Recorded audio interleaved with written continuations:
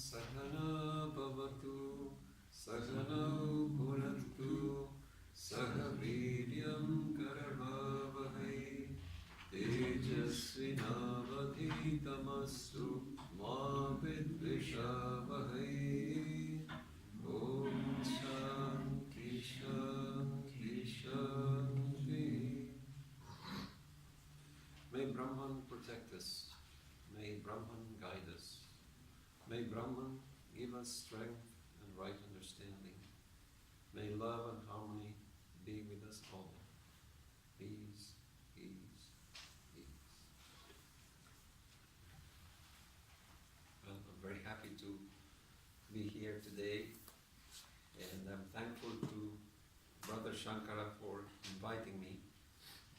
I met him a few years ago in St. Louis. May have been, I don't know, 4 or 5 years. I lose track of time. But he spent a couple of days. At that time, I met him for the first time. And then he kindly invited me to come and visit you. So the subject that we can discuss today is the spiritual journey. I was thinking about it when Brother Shankar was introducing me. That he said that I joined in 1993 and spent some years in England, and I spent some years in India. And when you listen to it, it's just a few sentences. Okay, he was there. But the person who lives it, it is their journey. In those few sentences, how many things I went through, only I know. It means a lot to the person who is the traveler. For the others, it's just a few sentences. Oh, he was there, he did this, he was there, he did that. So each one of us have our own journey. Vedanta tells us that we are spirit, we are free. There's nowhere to go. So why speak of a journey?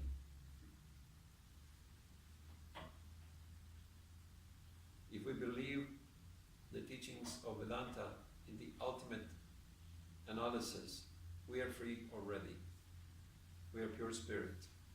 But somehow is an important word, somehow we find ourselves caught up in the warp of time and space. And we believe intellectually that we are spirit, but the empirical reality points in a different direction. So we feel we are spirit, at the same time we find ourselves anchored to a body. We find ourselves caught in our own thinking, in our own minds. And it's really difficult to change that mind. So if you ask a Vedantin, why did this happen? How come you're pure spirit and then you think you're a body and a mind? Swami Nirakarananda said it is Maya. And he also said Maya is just a word. We are not helping much by saying it's Maya. Maya is a statement of fact, is life as we have it, is this gray area that we feel we are spirit, and at the same time we have a physical and a mental dimension. This state of affairs, Swami Nirakarananda calls it Maya. Hinduism calls it Maya. So, okay, we believe we are spirit, we believe we are free, and we find ourselves in this predicament that we are not free, and we have a material and a mental dimension. So the spiritual journey is going back to that state.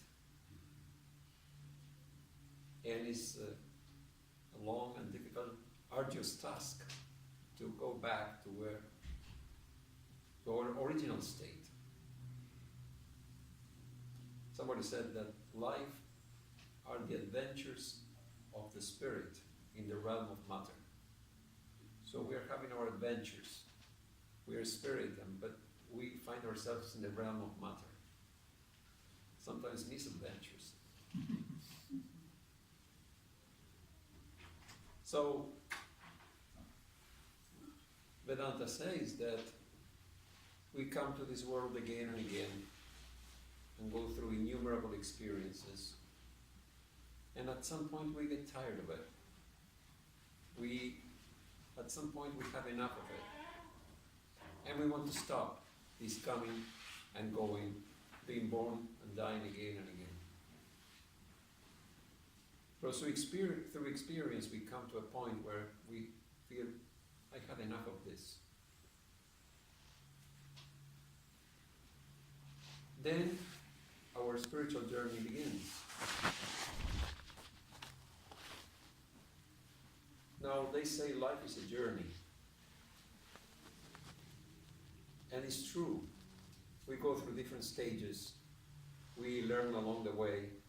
Sometimes, with the passing of time, life gets better. We get wiser. And sometimes the opposite happens, and life gets tougher. So life is a journey, yes, it is true, but not necessarily a spiritual journey. Life is a journey for everybody, but not necessarily a spiritual journey.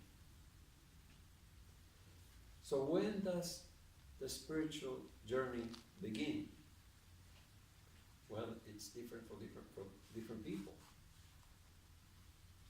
There's a difference between a traditional religious upbringing and the spiritual quest. It's a big difference. We can be born and brought up in a traditional religious environment, and we will never really embark in the spiritual journey. A traditional religious environment can be dogmatic, can be superficial. So from that point of view, it can be counterproductive. So it's not religion as we know it, as a tradition. It's more than that. So this spiritual journey can start at any time. I read recently a story about Swami Nirakarananda was a disciple of Sri Ramakrishna, and he was a very eccentric and very big man. So people used to be intimidated by his presence. He became the president of the Ramakrishna order. So I thought this story was interesting, that a group of students were being taken to him for spiritual initiation. He would give them a mantra. Young girls, maybe 14, 15. So there was a small girl, 9 years old, and when she heard that the older girls were going, she wanted to go too. And they said, no, you cannot go, you're too small, you will not understand anything. But she wouldn't give up, and she forced them to take her to the Swami. And there was this big Swami. He hardly speaks. He speaks very, very little. And there's an aura, there's a kind of a seriousness about him. He's like a rishi of the old days. And this 9-year-old girl, everybody comes into the room and she stands in the doorway. And the Swami says, what do you want? He spotted her from a distance. She says, I also want the mantra. And he says, you're too small, you will forget. No, I won't forget. I remember my lessons at school. Why will I forget? And so I say, okay, I'll initiate. And I thought, she's starting her spiritual journey, age 9. One thing is that the teacher is taking the older girls. Of course, they must have wanted it, but this girl on her own is fighting for it. 9 years old. And then, the story doesn't end there. She forgets the mantra, and she goes home. And so then she talks with the father, and the father says, look, I cannot go and speak on your behalf. You wanted your mantra, you have to go and speak with your guru yourself. So she says, fine, you take me there to Vedanta and I'll speak with him. So she goes and says, weeping, I forgot the mantra. And he said, didn't you say that you will not forget? You remember all your lessons? Then he says, you see, we should not assert ourselves that way. We should not be egotistic. He's telling a 9-year-old girl. And he writes down the mantra and gives it to her to keep safely. But what I thought was interesting was how some people come with certain tendencies to this world that at 9 years old, they know what they want and they fight for it. So there is another story that I think Swami Nirakarananda told us, that in France he encountered a devotee, and she came to Vedanta when she was 70 or in her 70s, and she changed her life completely. She became a staunch Vedantin, and she never for a moment said, oh, I wish I had come earlier. She was perfectly happy to start her journey at 70. So what I mean to say by this is the journey starts at any time. One thing is the journey of our lives, and the other thing is that we make spiritual life one of our goals or the main goal in our life. So many things are going on, but also the spiritual life becomes important to us. Many people, I don't want to say the majority, but many people, they never feel the need of a spiritual life or a spiritual quest. It's something that they miss out completely. So, the spiritual journey starts at any time. Now, if we are going to compare the spiritual life to a journey, we can distinguish 4 stages in our journey. The first one is the departure. Second one is finding our way. The third one is proceeding along the way. And finally, we reach our destination. So we can see these stages one by one. What is the departure? For many of us, the departure is the awareness that we are not happy with our present location. That much we know. We don't know what we want. Somebody said, I don't know what I want, but I want it now. So, we may not know what we want exactly, but we are not happy with the present state of affairs. Our life is not right. We need a change. We feel the need to change. So we come out. That is the departure. Not knowing where we go. I remember when I was, in my early days, I was searching for something, but I never thought I would become a Vedantin or be drawn to Hinduism. There was nothing in my background that suggested that or encouraged that. Absolutely nothing. So you never know. You start with yogasanas, and one thing leads to another, and there you are. You find yourself a Swami. It's interesting how it happens. But I knew one thing, that for each person is different. I thought life is too short and too impermanent. That was the main thing for me. How can I be satisfied with this life alone, knowing that will come to an end? That was the main thing for me. So I didn't know anything about Hinduism or any such thing, and I didn't have much faith in traditional religion, probably because what I received from it was very negative.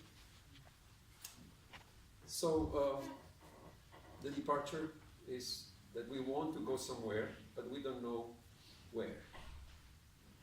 Often what happens is there is some crisis. and that wakes us up. I may lose something, or someone, or there's a change in my life. There's usually a trigger that I need to, look for something else, something deeper. Say, if my identity is that what I have is who I am, whether it is relationships or possessions, what I have is who I am.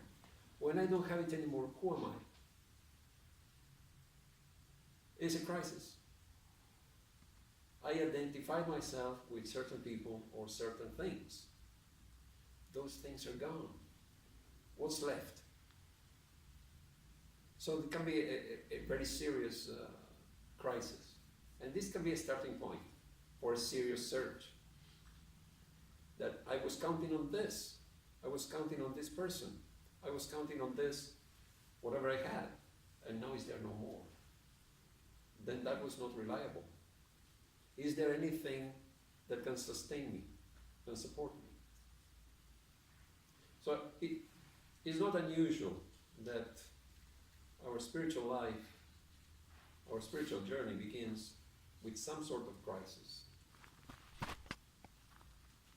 Then we want to find out who we are, who's left, after we lose whatever we lose.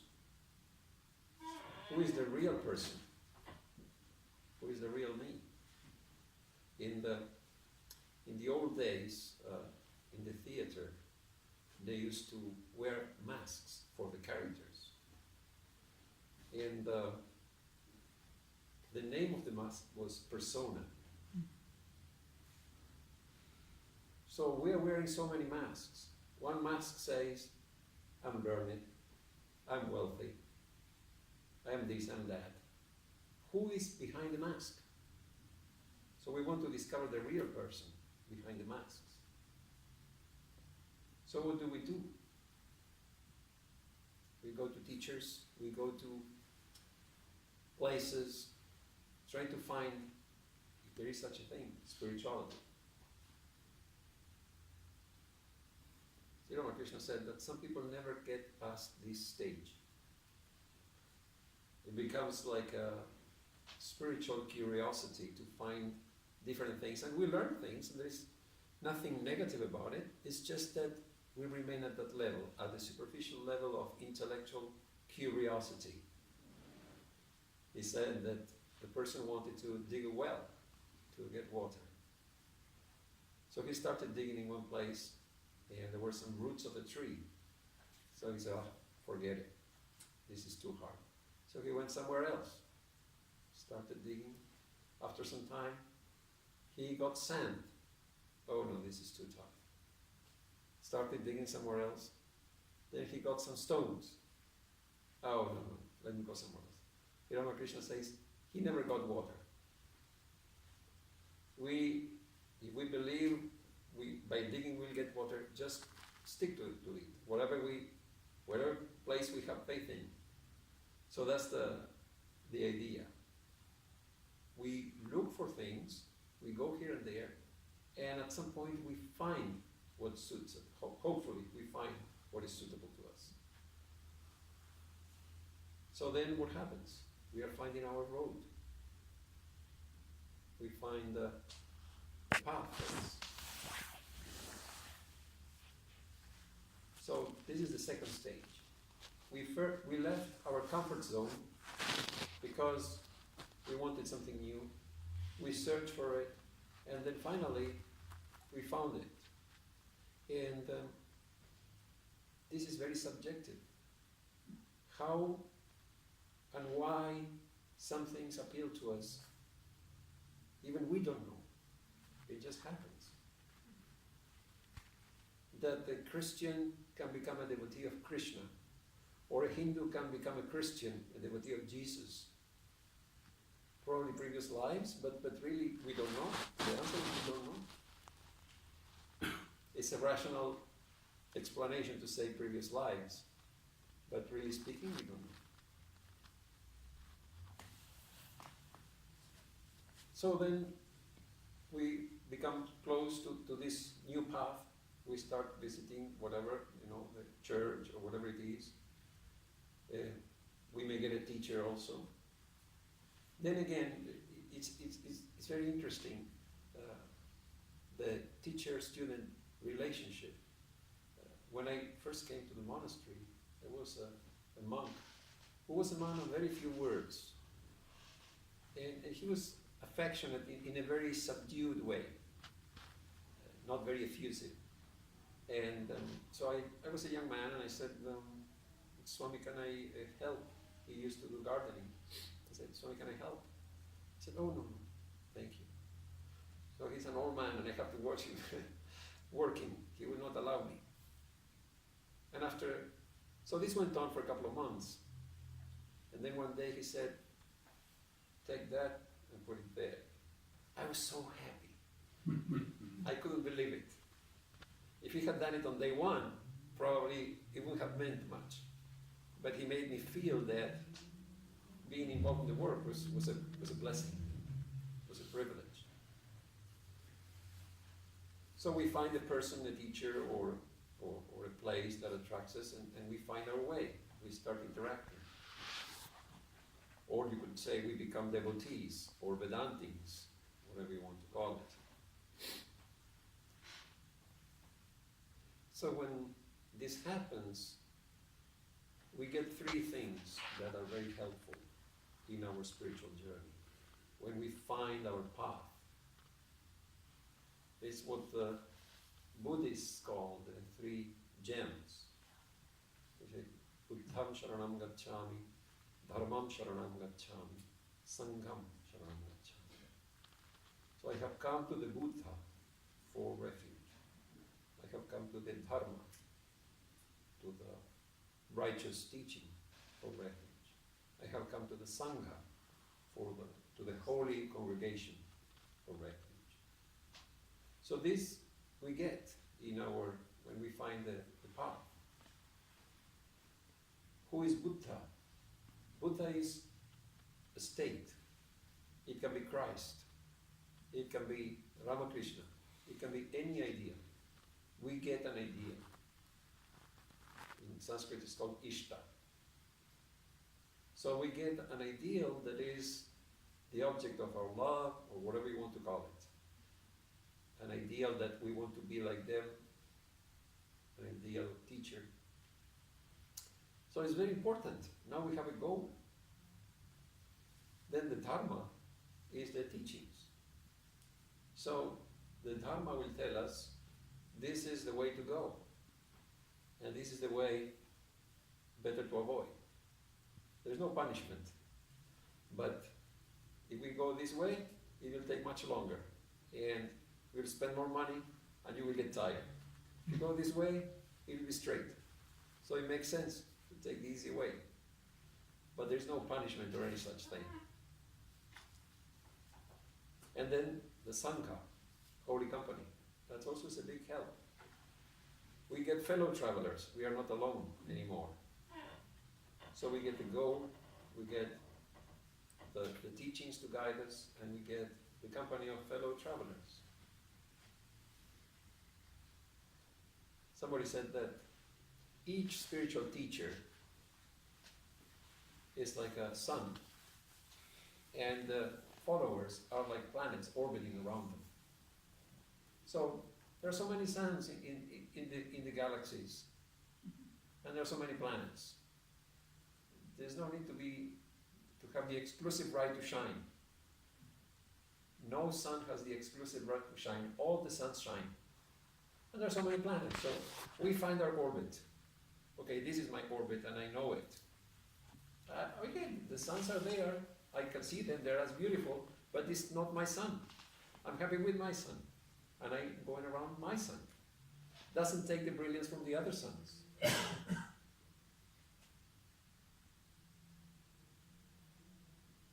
So we become devotees, so to say. But Sri Ramakrishna said there are many types of devotees. One devotee says, God is up there. Another type says, God is in my heart. Another type says, God is in everything. So you can see the evolution of a devotee. God is up there means I am here, God is there. There's a big distance. God is in my heart. Okay, that's much closer. And God is everything. Then whatever I do, God is involved. All my interactions are with God only. He also used to say that there are 4 types of devotees: the beginner, then the sadhaka, or the practitioner, the perfected, and the supremely perfect. The beginner has just come to the spiritual journey. They are very enthusiastic, but we pay a lot of attention to externals. We don't know much, we are learning. Then the practitioner, it's probably many of us, we have some interest in the spiritual disciplines that are taught. Listening to them is not enough. We want to practice them. We are making an effort. And there's great joy in just making an effort. There's great satisfaction in saying, I'm trying to be better. I'm trying to change. I may be far away from the goal, but the fact that I'm changing is very satisfying. I'm trying.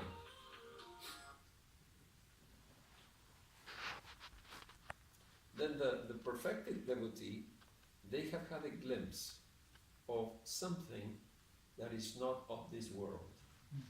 It may be a very passing glimpse, but once you see that, your angle changes, your perspective changes. You see the same world from a different perspective. So it has profound consequences, although it may be just one incident in our whole life. And then the supremely perfect is somebody who has fully realized God. Sri Ramakrishna said, some have heard about milk.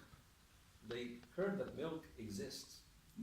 Some have seen milk. Oh yes, it's white, it's liquid. I can see that. And some have drunk milk. If you drink it, you get the full benefit. You become nourished by it. So the illumined person has drunk the milk. For us, we have heard about it. Some lucky one may have seen it. So this is the second stage when we find our way. But the third stage is the longest, the most challenging. Traveling the way. Okay, I left my comfort zone and in search of something else. Then I found the path, and now the hard work begins. I have to walk that path, which I have chosen. Nobody has forced me. I have chosen to walk that path, and now I'm complaining. Mm-hmm. So what happens when we try to walk the path to practice spiritual disciplines? If we don't have any spiritual interest, our minds will work at a very superficial level. It is all matter. It is all about, even if I am very intellectual, still it's at the intellectual level. But when you take a serious interest in meditation, it's like a new world opens. We go deeper into our own minds to see what is there. We have no idea. Well, you see how many things are going on in ourselves which are not in our control. We are digesting the food, we are sleeping at night. All this is done by the mind. It's as if we have no say in the matter. Say I slept at night, and I woke up with a stiff neck, and it's really hurting. What happened? I was sleeping in the wrong position, and I may be very smart, and maybe a super nuclear scientist, and still I couldn't turn myself to avoid sleeping in a bad position. So this is our condition. There are so many things that the mind is doing for us, and we have no control. When we attempt to meditate, we find how these things are working slowly, gradually, new awareness of what's going on. And then we encounter resistance, because I'm trying to meditate, I'm trying to think of God, I'm trying to send love to everybody, and contrary thoughts arise in the mind. This was not expected. Swami Nirakarananda was very funny Swami.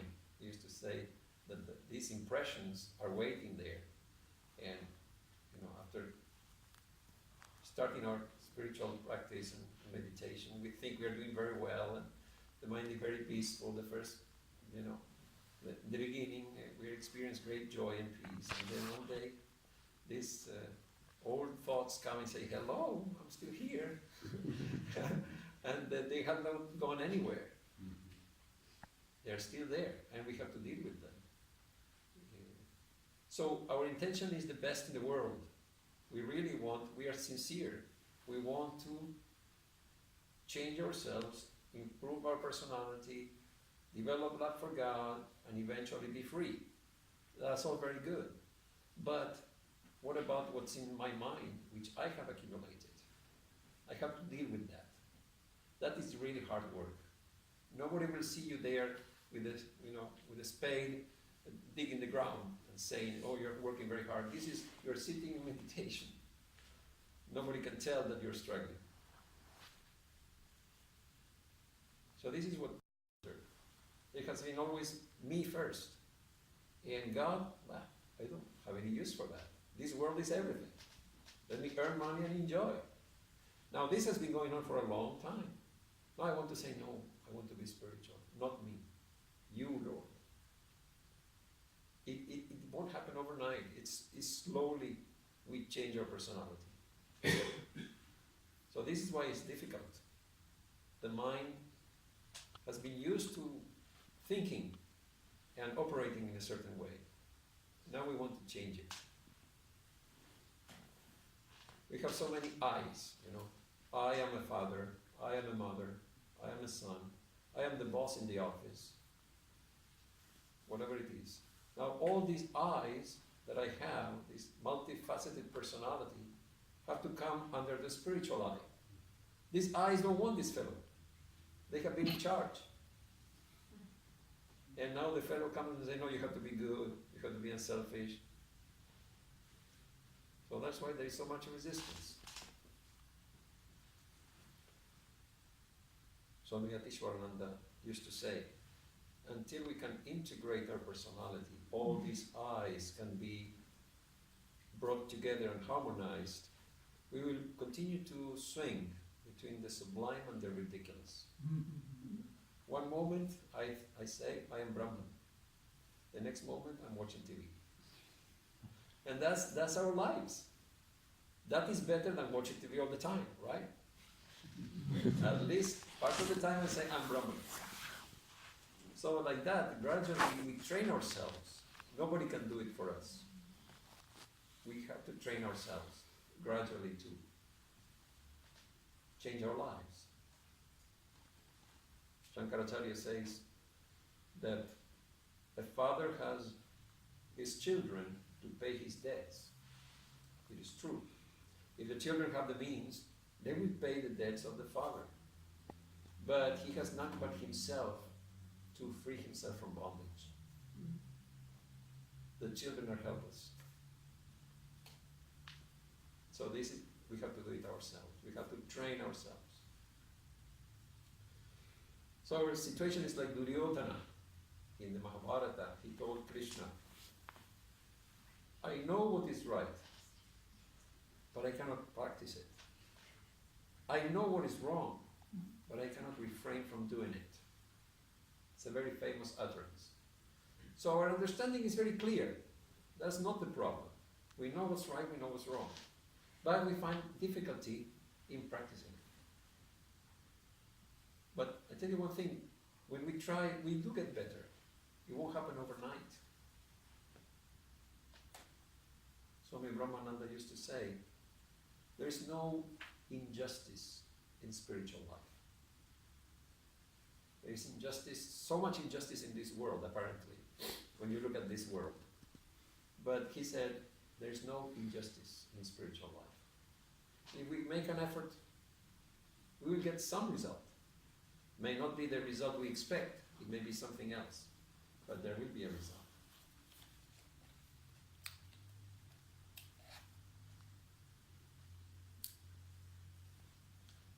Swami Chaitananda likes to quote Turiyananda. He says that, look, even a laborer carrying heavy loads gets paid for their work.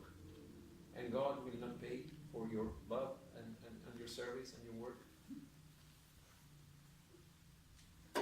How is it possible? So the common problem in this stage of the spiritual journey, when we are traveling, when we are going along the path, is losing the enthusiasm, becoming discouraged because of this problem, that the mind is very stubborn, that the mind refuses to obey us. We say, I want to meditate every day. And the mind says, I want to just do anything but meditate. So to have that persistence that no matter what, you be as restless as you want to be, but at least 10 minutes, whatever I have assigned for meditation, 5 minutes is much more than nothing. If you do 5 minutes in the morning and 5 minutes in the evening, for years, you yourself will feel like adding more time. Nobody will have to tell you. But if we give up completely, then, our understanding will be very good about the path, but we will never reach the goal, we will never walk the path. So, Sri Ramakrishna gave the example of the hereditary farmer. He says, when in India there is a farmer, through generations they have been doing farming. So they are very stubborn. There may be the worst drought you can imagine. They will continue to farm.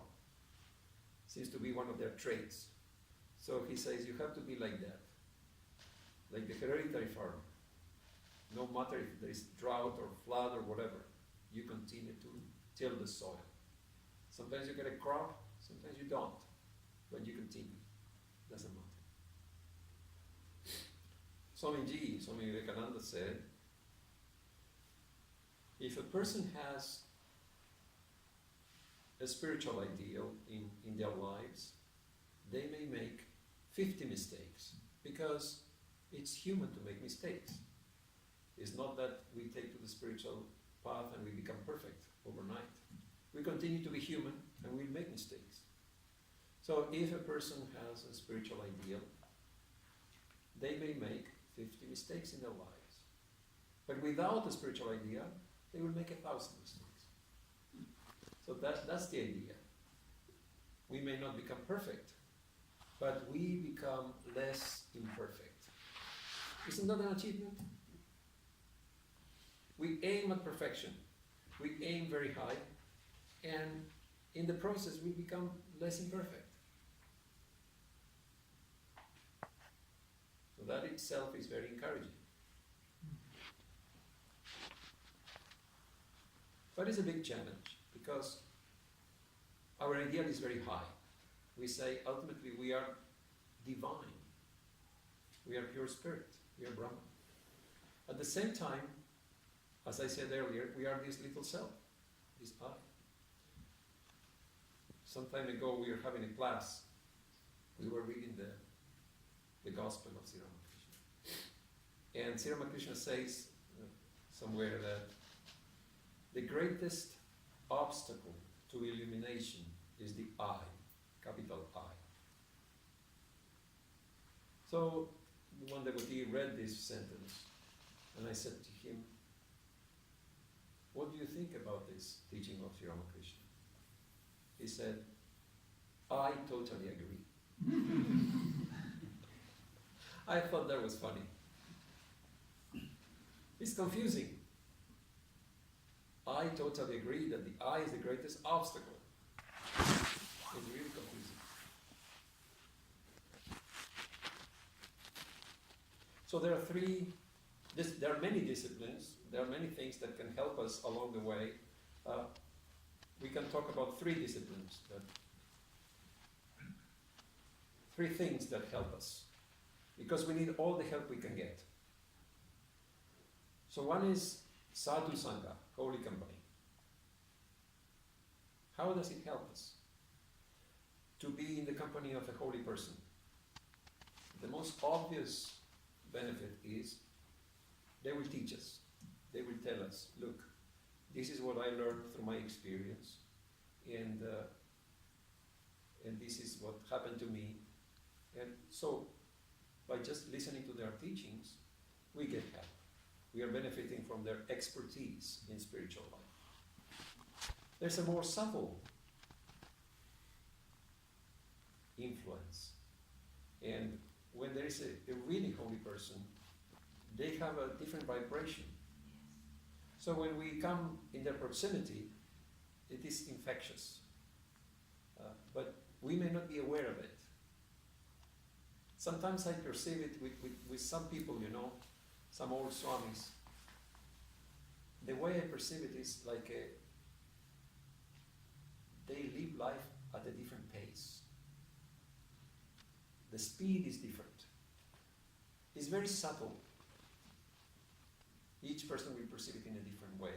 But their subtle influence will really help us as well.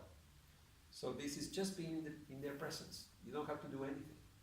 They don't do anything. They just are themselves. But somehow there is a radius of influence around them, which we don't know how wide it is, and they affect people. If they are peaceful and you come close to them, you will have the tendency to feel inner peace. If they're joyful, you will feel joy and you will not know why. It's not uncommon. It is not uncommon. So this is another way that holy company helps. And then with the example. Sometimes the example. I see how they are living their lives. Suppose I am with a holy person. Somebody comes and abuses them with very harsh words. And I see that they will react. It's like talking to a wall. Not only they don't react, but you can feel that mentally there is no reaction. Because you can not react and be like this. And you're still not reacting, but you're just somehow holding back. But there is no such thing. There is no anger that is being controlled. There is no anger to begin with. So when you see that is something spontaneous. Nobody said, hey, somebody will come and abuse you. No. You're just having a good time. Somebody comes and abuses you. Somebody who is maybe mentally unbalanced or whatever. And so out of the blue, they get this aggression, and there's no reaction at all. So that makes me feel, hey, I want to be like him. I want to be like that as well. I don't want to be bothered by these things. So by the example, we get a lot of help as well.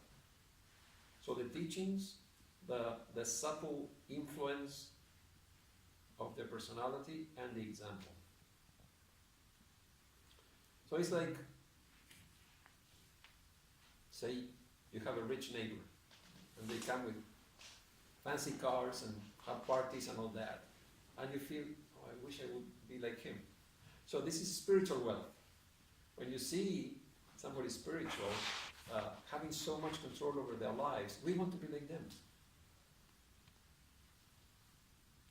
Even subconsciously, I may not be consciously saying that, oh, I want to be like them, but I can see they have peace and happiness in this life, not after death, here and now.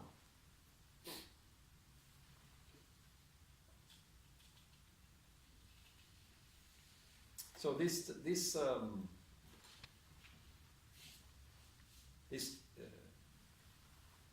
example of living with the holy man can be very subtle also. A couple of stories that I read recently, I think Swami Nirakarananda tells them. One is that he was in Belur and Swami Premananda, one of the disciples of Sri Ramakrishna, he was scolding a novice severely, shouting and really angry. So here is an old Swami, disciple of Sri Ramakrishna, scolding a novice for some mistake he made, but really mad. And so Swami Premananda just enters the room like he's going somewhere else, and Premananda turns to him and smiles in the middle of the scolding, and then turns back and continues to scold. So he says, that smile is such a teaching. So there was not a word spoken, but he could see through it that he's not really mad. If you're really mad, you cannot turn around and smile and then continue with the scolding. That's not possible. So like that, in a subtle way, when you live with such people, you learn a lot just by watching them smile. And another story he tells, similar somehow. They were trekking in the Himalayas with one Swami. He was an American Swami, Atulananda. And there was an avalanche suddenly, and the rocks were coming down on them, big boulders. And Swami Nirakarananda felt, this is the end of it. There's no way we can avoid this. So he turns back to look at Atulananda, and again he's smiling, like, I'm ready. And then by inches they are missed. The boulders just go over their heads by a few inches. But he says, I'll never forget that smile. Because he thought, this is the end of it. Let me see what he's doing. He's smiling. So it's very subtle sometimes. Just see somebody smile. But it's very inspiring. You can never forget that smile after that. So we try to find these people, this holy company, but it's not easy. Such people are rare. If we find anybody like that, we're very lucky. But what if we don't have great saints? What are we going to do? We need holy company. Well, the Bhagavatam gives a very nice definition of who is a teacher. Anybody with more virtue than average can be a teacher, according to the Bhagavatam. So if I find somebody who can inspire me, who has some virtues that I don't have, why not learn from them? So we can learn from our personal teacher or guru. They will teach us. If we are formally somebody's student. We can have upagurus, that means secondary teachers. Suppose somebody became my teacher and they passed away. But I find somebody else who is very helpful and inspiring. I consider them my upaguru, my secondary teacher, and they can help us a lot. That is also holy company. And also, holy company would be a guru bhai. That means a fellow disciple. Anybody can be my teacher. How? Well, I know I have defects in me, and some virtues too, and the other person also will have the same thing. So I will learn from their virtues. I'm sure somebody else will have something I lack. So we can help each other. That is also holy company. The company of another spiritual seeker. We can benefit as well. So I will learn from the virtues of the other person, and I will put up with their shortcomings. They will learn from my virtues, and they will put up with my shortcomings. That's how we will help each other. Another thing that will help us on the way is karma yoga. To serve. This world, as it is give and take. Everything in this world is give and take. We are always taking things from others and giving. And if we don't want to give, it will be taken from us. Because that is how the world is built up. So karma yoga is, I want to give and I don't want to take. It's a new attitude. Normally is, I gave you, hey, where is my part now? Give and take. But no, I want to give and I don't want to take. That is, very simply put, is karma yoga. And St. Francis said, it is in giving that we receive. It's a mysterious law that when we give, somehow it will come back to us through some other channel. Nothing is lost. Swami Nirakarananda said, unselfishness, it pays more than selfishness. But people don't have the patience to practice it.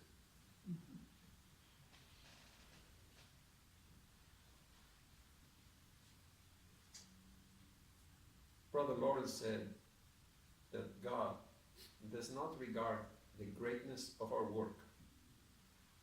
Say, for instance, you come to the Vedanta Society and you sweep the floor. Well, you may say there's no greatness in that. But Brother Lawrence says, God does not consider the greatness of our work, but the love with which we perform it. So sweeping the floor is fine. If I have a loving attitude towards that work, towards God. Somebody else said, the work we do does not matter. The nature of the work that I do does not matter. What matters is the person I am becoming by doing that work. So the nature of the work becomes totally secondary. Who am I becoming by doing that work? That is the most important thing. So karma yoga has two dimensions, you can say. One is the normal dimension that we know of, that we do things, and say you come to the Vedanta Society, you do voluntary work. There is no remuneration, you don't get a salary, but you do it anyway, as karma yoga as an act of love. So you're doing something unselfish. So that is very good. That is karma yoga. But there is another stage of karma yoga. And this is illustrated with a story. A man wanted to practice spiritual life, do some sadhana. So he heard that there was a holy man in a temple. And he came to him and said, Sir, I want to attain illumination and I want to be your disciple. What should I do?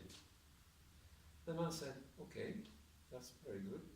You come every day and you will polish the worship vessels for the puja every day. So, okay, the man agreed, and every day he came, he was coming and polishing the vessels, takes time, these copper vessels, they get very stained, so you got to scrub them nicely, and so he took his time, he did a very good job every day. And after some years, he felt, I'm doing this every day, as my guru told me, but I don't see much changing me. What is the matter? I'm not happy with my, it seems like nothing has changed, there has been no improvement. I'm the same person. So he comes back to the guru and says, Sir, you told me to do this, and I have been doing it, but I don't see any change in me. Then the guru says, okay, let me ask you a question. When you polished the vessels yesterday, what were you thinking about? Then he had to think about it. He said, I had a headache, I had a toothache. And I was thinking, I have to go to the dentist, and I hope it's nothing serious, otherwise it will be expensive. And I have to make an appointment as soon as I finish the vessels, etc., etc. Then the guru said, and can you remember what you were thinking day before yesterday? He said, day before yesterday, it was my friend's birthday and I forgot. So suddenly I remember when I was polishing the vessels, I was thinking, oh, what shall I buy for him? And what shall I wear at the party? And I hope I can do that after I finish the vessels. Then the Guru said, that's your problem. When you polish the vessels, you have to think of God. You have to be in the here and now. Not thinking about these things. Now, but the interesting part of this story is, the Guru would have told this at the beginning, and he didn't. He could have said, you polish the vessels and you fix your mind on God. But he didn't. He just said, polish the vessels. So after some years, the student himself felt that something is missing here. And now the Guru gives the higher instruction. So Karma Yoga is very good. We come and do selfless work. But where is our mind? If I am thinking of the toothache and the party of my friends and all that, then it is still Karma Yoga. It will be beneficial, but it will not be the same as if my mind is thinking of the work I'm doing, if it is thinking of God. So this is a higher aspect of Karma Yoga, to be able to work and keep the mind on God at the same time. It takes a lot of practice. But many people have achieved that. And we're coming to the end of Brother Shankar, another few minutes. It's almost 8. So we'll keep short the end of the journey. So another help is dhyana, or meditation. When we get a mantra from a teacher, that's a big help also.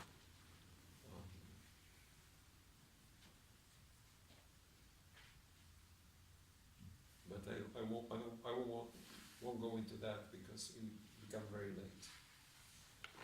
So what happens is, we have been walking along the way, we have been struggling very hard, many years, and still we don't reach the goal. Then what happens is, we feel utterly helpless. We have given everything, and still we haven't reached the goal. At that point we surrender. We surrender to God. We said, up to here I came. I cannot go any further along the way. Now, something has to happen. Somebody has to help me. And then God will help us.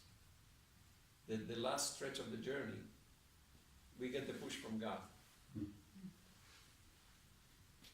That's how we reach the end of the journey, about which nothing can be said about samadhi or nirvana. We become free. Like Buddha said, there is a candle with a flame. You put out the candle, where does it go? Where does the flame go? We don't know. It ceases to be. So like that, the end of the journey is just like putting out the flame. It doesn't go anywhere. So we'll stop here.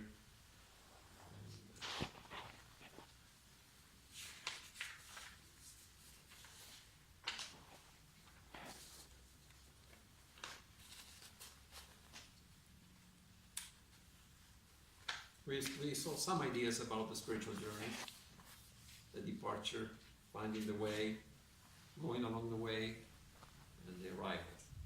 Om Asatu Ma Sadgamaya Tamasu Ma Jyotirgamaya Mrityor Ma Amritam Gamaya Om Shanti Shanti Shanti. Lead us from the unreal to the real. Lead us from darkness to light. Lead us from death to immortality. Peace, peace, peace be.